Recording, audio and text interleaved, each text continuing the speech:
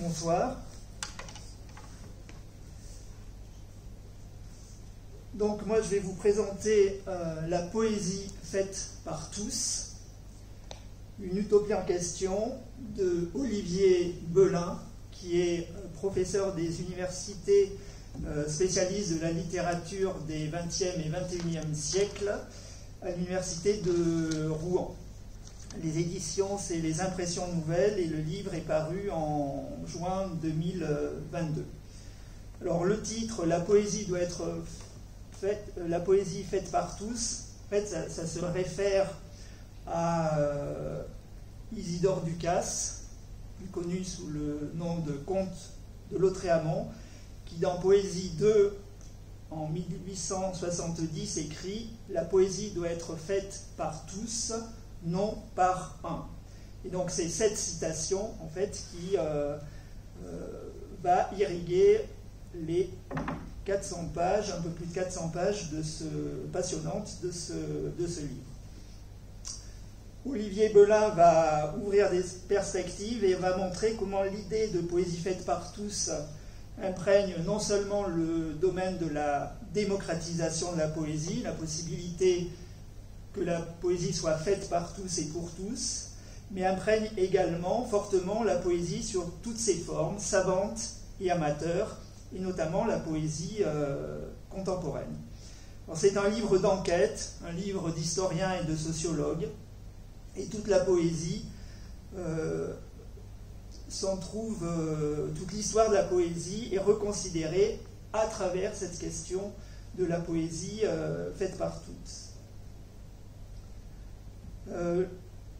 Olivier Belin commence par un chapitre sur la réception de la citation d'Isidore Ducasse par les avant-gardes, et notamment le surréalisme dont il est un des spécialistes. Alors je ne vais pas traiter cette partie ici, simplement je vais la résumer vraiment très grossièrement en disant que dans les avant-gardes, la poésie faite par tous, c'est principalement une utopie.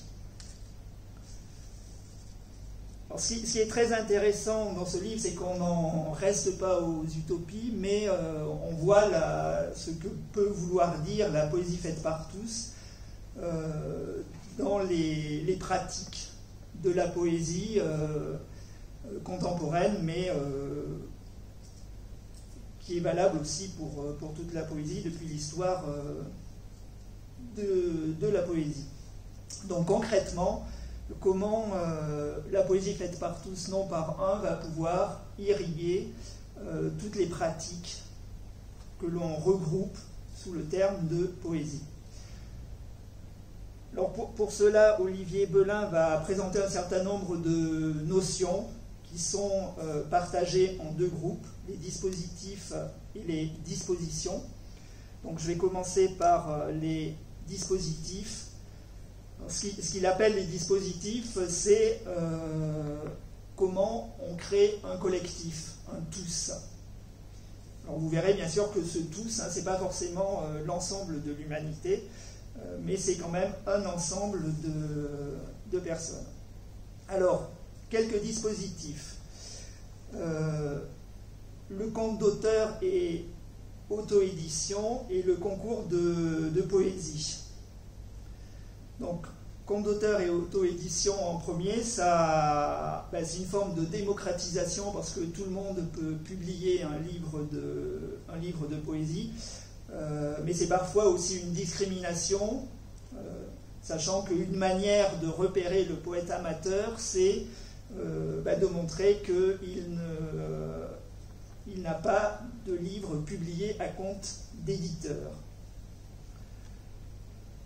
Alors, on n'a pas de panorama précis de l'importance de ce type d'édition, auto-édition et compte d'auteur, à l'heure actuelle, ni de la sociologie des auteurs, donc le travail reste à faire, Olivier Belin le fera peut-être.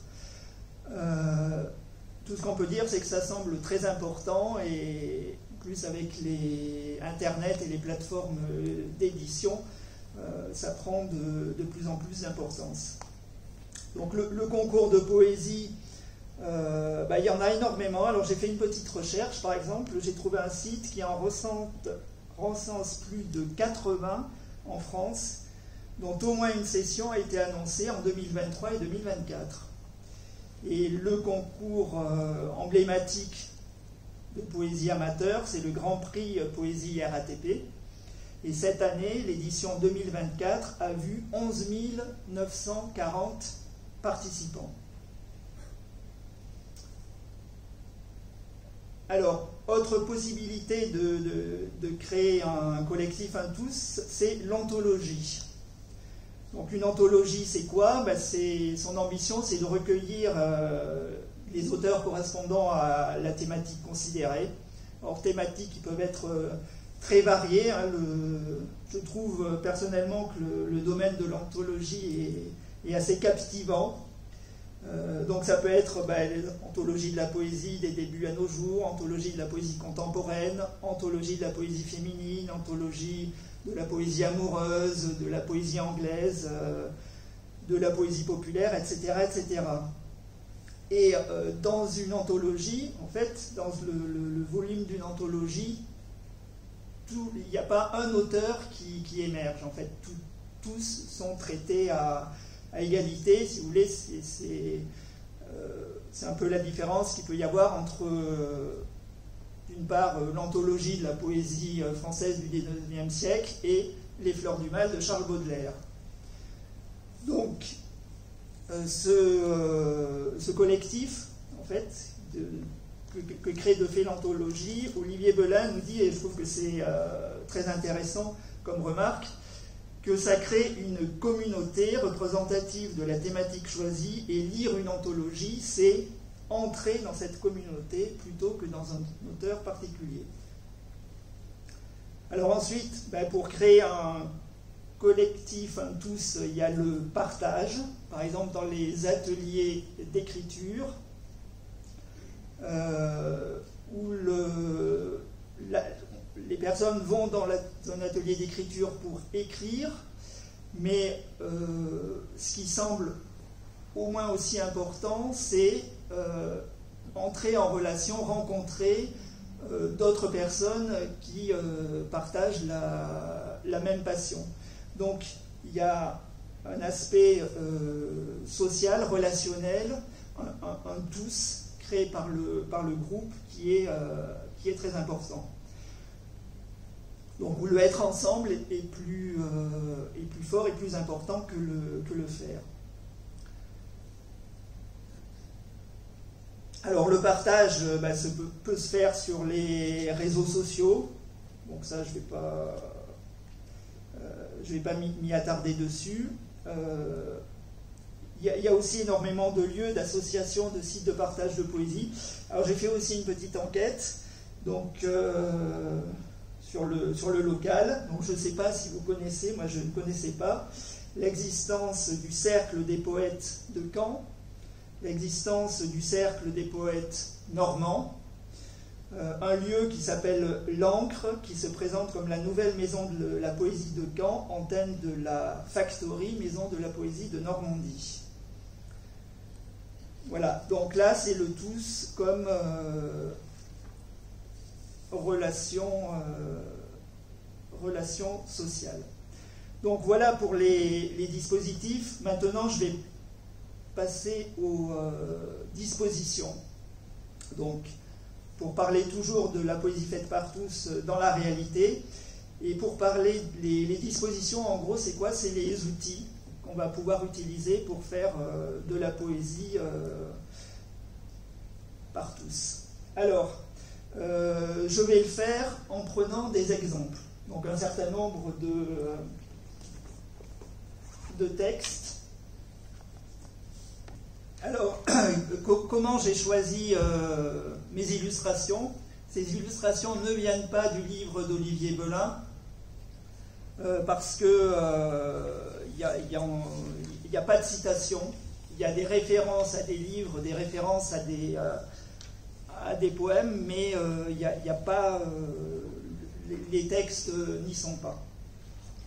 Donc j'ai choisi ces livres d'abord dans ma bibliothèque, donc c'est des livres que j'ai lus donc qui me sont chers. Ce sont tous des livres qui sont parus au XXIe siècle, donc c'est de la poésie contemporaine, et tous les auteurs sont vivants. Autre point commun, tous les auteurs soit sont nés à Caen, soit ont vécu à Caen, soit vivent à Caen. Voilà. Alors, je vais commencer par François de Cornières, Nageur au petit matin, paru au Castor Astral. Alors c'est paru, je crois, en 2015, ou voilà, c'est ça, en 2015. Voilà, c'est le deuxième. Donc c'est un livre très prenant parce que c'est une espèce de carnet de bord que François de Cornières a tenu pendant les 10 dernières années d'existence de sa femme qui était malade, et avec de manière récurrente une scène qui est les deux Cornières qui vont à la plage le matin et qui nagent, qui se baignent. Alors, je vais lire le premier texte, c'est celui que j'ai reproduit. Nageur du petit matin, c'était ce que j'aimais, m'arrêter de nager, me retourner doucement et regarder la côte. La plage encore dans l'ombre, les maisons blanches derrière la dune, les pins, le ciel, traîné de nuages roses. Je nageais toujours jusqu'à la bouée jaune, je m'arrêtais, je me retournais. C'est là que j'ai pensé écrire un poème pour cet instant, quand je me laisse porter à 300 mètres du bord, nageur du petit matin, pourtant proche, déjà loin, pourtant proche, mais de quoi? Alors, ça, qu'est-ce que ça illustre dans le livre d'Olivier Belin? Ça illustre comme disposition, comme outil, le recours à la simplicité, parfois à la banalité, rejoindre le langage ordinaire. Ça peut être par exemple le recours massif au langage oral, à la conversation banale, aux propos perçus dans la rue. Et je vais vous lire la quatrième de couverture est un texte de François de Cornières, et je vous lis le dernier paragraphe. Les poèmes qui constituent Nageur du petit matin sont parfois proches de la note, du croquis, du récit. Ils sont volontairement ceux-là, une histoire écrite avec des mots simples, avec ma voix aussi, et pas mal de silence. Donc la simplicité est ici revendiquée. Alors, par rapport à des poèmes de François de Cornières, que ce soit ceux-ci ou d'autres, je trouve que toute exégèse en fait ne sert pas à grand-chose, et que, comme il le dit lui-même, il évoque le silence. Je trouve que ce qu'il y a de mieux après un poème de François de Cornières, c'est le silence, donc je ne vais pas plus le commenter.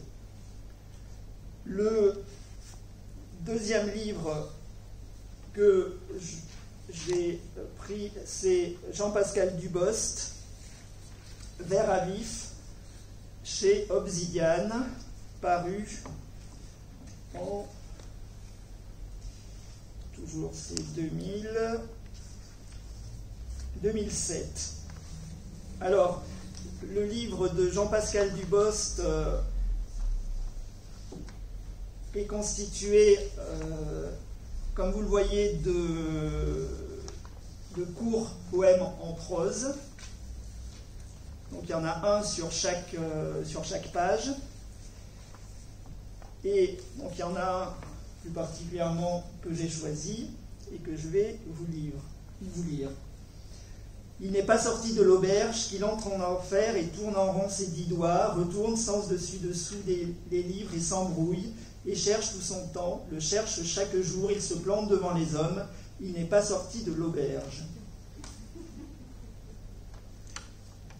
Alors, comme ça illustre comme disposition, c'est-à-dire comme outil pour la poésie par tous, l'utilisation de lieux communs, de citations ou de proverbes en leur redonnant de la vie. Olivier Belin parle d'un travail de remotivation des clichés.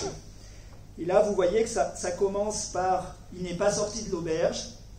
Donc ça, c'est un lieu commun, hein, c'est une formule très courante. Et alors, comment Jean-Pascal Dubost va remotiver ce lieu commun? Dans l'utilisation courante, il y a deux particularités. D'abord, ça s'utilise seul, c'est-à-dire il n'y a pas de propositions qui suivent. Hein, on dit tu n'es pas sorti de l'auberge ou je ne suis pas sorti de l'auberge pour dire il y a encore des problèmes. Et le deuxième point, c'est que c'est utilisé au sens figuré. Or là, si vous regardez le premier, il y a une proposition qui suit, il n'est pas sorti de l'auberge, qu'il entre en enfer et tourne en rond ses 10 doigts. Donc c'est deux premières surprises par rapport à l'utilisation normale du lieu commun. Deuxièmement, il n'est pas sorti de l'auberge qu'il entre, donc on sort et on entre, et de fait, on sort, on a l'impression qu'on sort du sens figuré et qu'on revient dans le sens littéral, parce qu'on sort de quelque chose pour entrer dans un autre lieu. Donc, ce qui nous perturbe encore plus par rapport à nos références, c'est ce qui bouscule le lieu commun. Et puis, le dernier, il n'est pas sorti de l'auberge. En fait, on le retrouve tel qu'on l'utilise couramment. Mais, de fait, il ressort tout particulièrement. Alors, il y a un autre endroit où on peut trouver l'utilisation de lieux communs, c'est tournant rond ses 10 doigts. Tournant rond ses 10 doigts, en fait, si on y pense, on peut y trouver 3 lieux communs: tourner en rond, se tourner les pouces et ne pas savoir que faire de ses 10 doigts.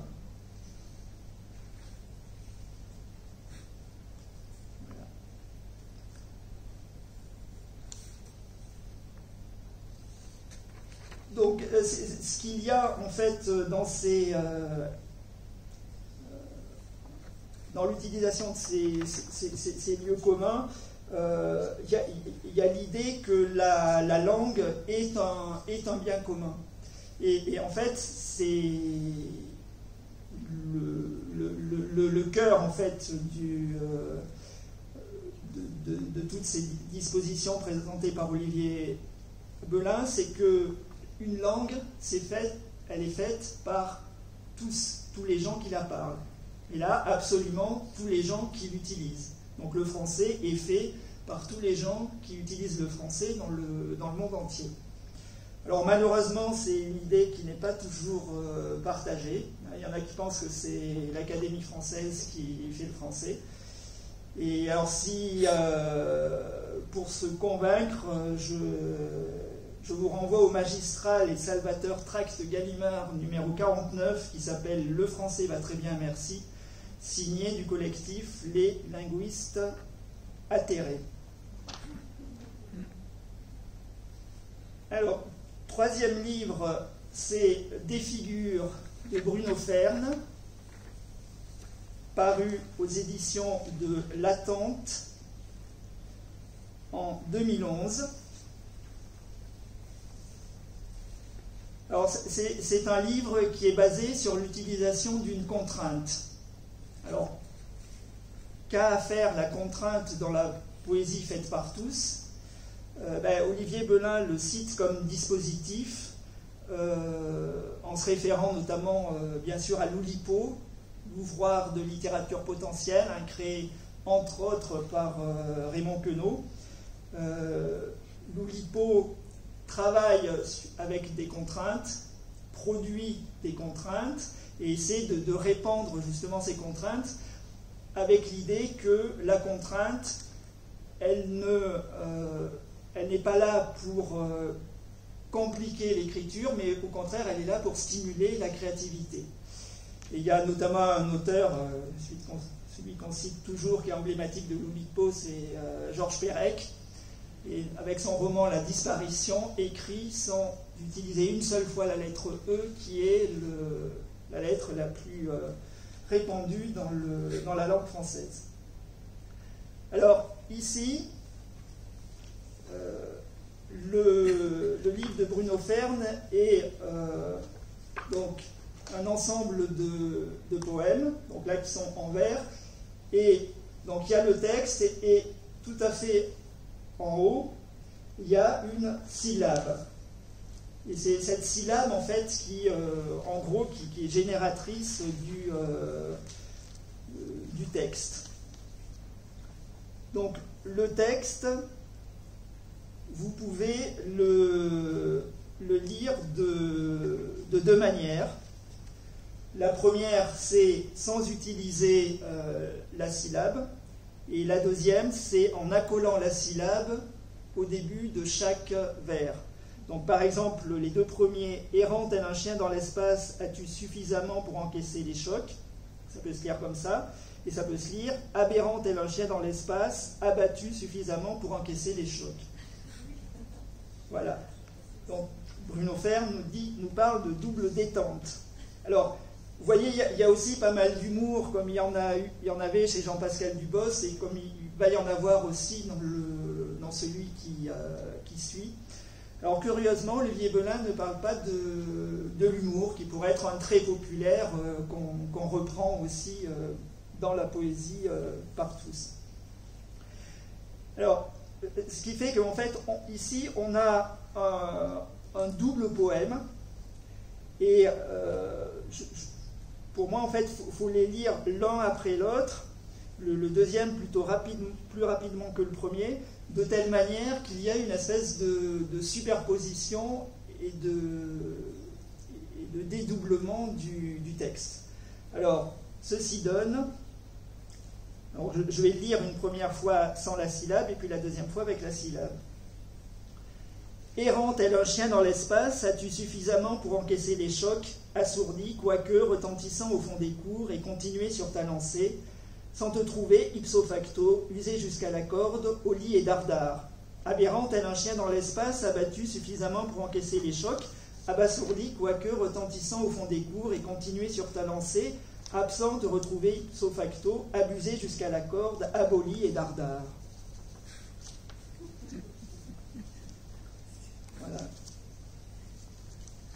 Alors, on trouve aussi d'autres dispositions, c'est-à-dire d'autres outils. Vous voyez, à un moment donné, il y a une partie du texte qui est en italique avec un renvoi de bas de page, retentissant au fond des cours, donc qui nous précise que c'est une citation de Baudelaire. Alors ça fait partie ce qu'Olivier Belin appelle le collage, donc ce qui provient, bien sûr, c'est un nom qui vient de la peinture, hein, notamment, ça a commencé avec Picasso, le collage. Et donc le collage, c'est prendre des textes ailleurs, des bouts de texte, et les agencer pour en faire un nouveau texte. Et le degré élémentaire du collage est, comme ici, la simple citation. Après, ça peut aller par ça peut être systématique, hein, comme procédé. Par exemple, Blaise Cendrars a écrit alors ce qui s'appelait Kodak, qui a été changé parce que la firme Kodak n'a pas voulu que son texte s'appelle Kodak. Kodak, c'est écrit uniquement avec des bouts de texte pris dans l'auteur Gaston Le Rouge, qui était à l'époque un auteur de romans populaires. Et donc c'est uniquement des emprunts à Gustave Le Rouge. Et Blaise Cendrars se dit que sa démarche a été de montrer à Gustave Le Rouge qu'il était poète sans le savoir. Voilà, donc il y a du jeu, hein, beaucoup, J-E-U, dans tous ces textes. Alors, le dernier texte que je vais prendre, c'est Tiphaine Garnier, Massacre, aux éditions L'Hurlure.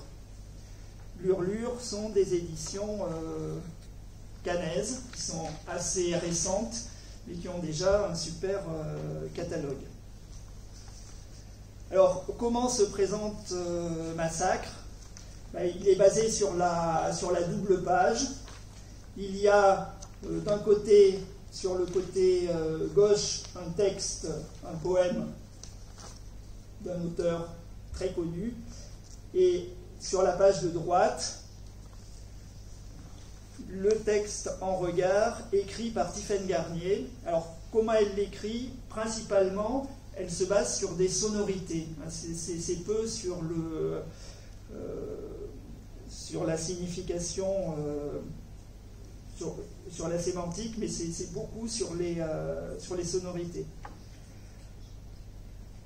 Et par exemple, ça donne...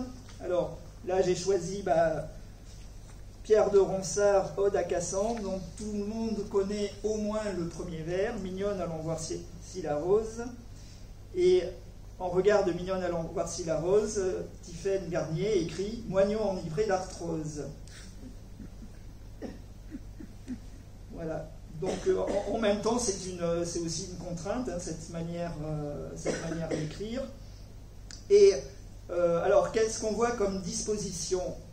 On voit aussi, comme on l'avait vu avec la citation de Charles Baudelaire, une référence au patrimoine commun de la poésie, hein, avec Pierre de Ronsard. Tous les textes sont des textes d'auteurs très célèbres. Il y a énormément de Baudelaire, il y a du Verlaine, il y a du Rimbaud, il y a du Mallarmé. 90% des textes sont des sonnets. Donc le sonnet est aussi une référence de la langue française, de la poésie française, moins depuis le XVIe siècle.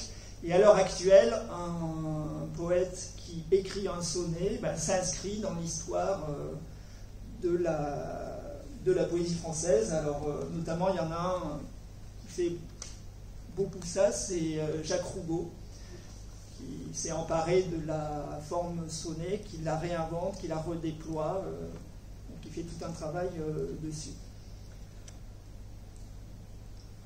Alors, il y a une postface très intéressante de Christian Prigent qui nous dit que, en fait, le texte de Tiphaine Garnier,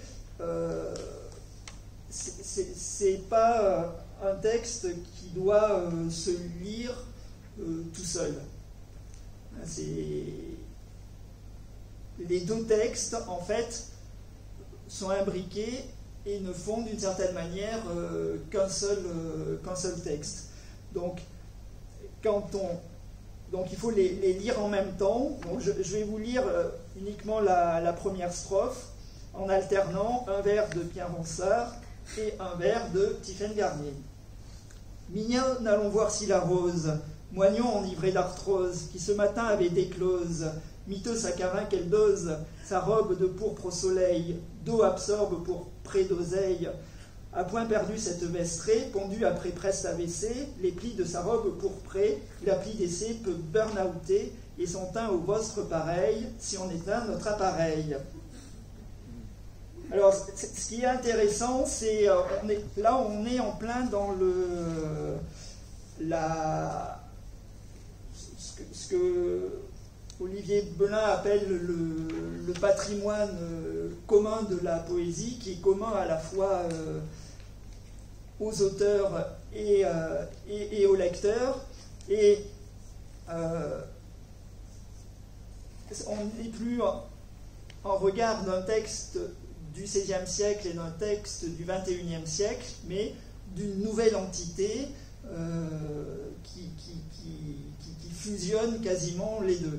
Et le fait que l'écriture de Tiphaine Garnier est très, très accentué. Comme le dit Christian Prigent dans sa postface, il y a des outrances. Donc il y a aussi des références au lieu commun, à la parole ordinaire. Donc ça fait qu'il y a un écho en fait entre les deux langues, entre les deux occurrences historiques de la langue française, celle du XVIe siècle et celle du XXIe siècle. Voilà, ben je vais m'arrêter là pour la présentation du livre. Donc si vous avez des questions, donc vous... Ce que j'ai pas trop compris dans ce livre, c'est quelle est la définition de la poésie pour l'auteur. Parce que moi, ce que je crains, c'est un sujet que je connais assez bien, ce que je crains dans ce type d'approche, mais peut-être que je suis trop sévère en disant ça, c'est un côté un peu consensuel, à savoir que la démocratisation culturelle, moi, c'est comme tout à l'heure, si les femmes sont toutes écolos, moi je signe tout de suite, je suis d'accord, hein, évidemment, mais ça pose quand même beaucoup de problèmes, à savoir que le champ de la poésie contemporaine, même pas que contemporaine, il est traversé, tu parlais tout à l'heure, tu évoquais une communauté, par exemple, tu as prononcé ce mot-là, moi je suis bien placé pour savoir que c'est à la fois une communauté et puis quelque chose qui est très divisé. Et déjà, quand tu évoques Lautréamont, tu sais très bien que Lautréamont, c'est l'inventeur de la fameuse formule des grandes têtes molles. C'est-à-dire qu'il disait d'un côté, la poésie doit être faite par tous et non par un. D'un autre côté, il était très très polémique, puisqu'il désignait ainsi les romantiques. Hein, donc c'était très violent comme expression, évidemment, les grandes têtes molles de l'époque. Donc moi, je ne comprends pas ça. Et je pense que sur le plan philosophique, peut-être que le monsieur qui se balade avec son micro va dire ça aussi. Moi, je me pose une question, c'est la question de la valeur. À savoir qu'il y a à la fois la question de la démocratisation culturelle, je suis tout à fait pour, moi j'anime des ateliers d'écriture, je suis tout à fait d'accord avec ça, mais n'empêche qu'à un moment on se heurte à cette question de la valeur. À savoir que ce qu'écrit tout un chacun dans un atelier d'écriture, est-ce que ça vaut autant que ce qu'a écrit Baudelaire, etc. Et j'aurais un dernier point aussi, parce que ça c'est souvent une idée reçue, tu as dit que par rapport à la contrainte, tu as évoqué le Oulipo, mais il ne faut pas oublier une chose, c'est que le sonnet c'est une contrainte terrible. C'est-à-dire que dans l'histoire de la poésie, la notion de contrainte, elle existe depuis le début en fait. Et pour terminer, j'ai dû dire un point de désaccord justement, parce qu'on pensait, je disais que le champ de la poésie, comme tous les champs d'ailleurs en philosophie c'est pareil aussi, est traversé par des choix et donc des polémiques, on va dire. C'est par exemple, moi je ne suis pas du tout d'accord avec François de Cornières qui dit qu'il écrit des mots simples, parce que pour moi, l'une des définitions de la poésie, c'est de trouver justement que l'usage de la langue n'est pas simple. Donc la notion de mot simple, pour moi, ça ne veut rien dire. Un mot n'est jamais simple.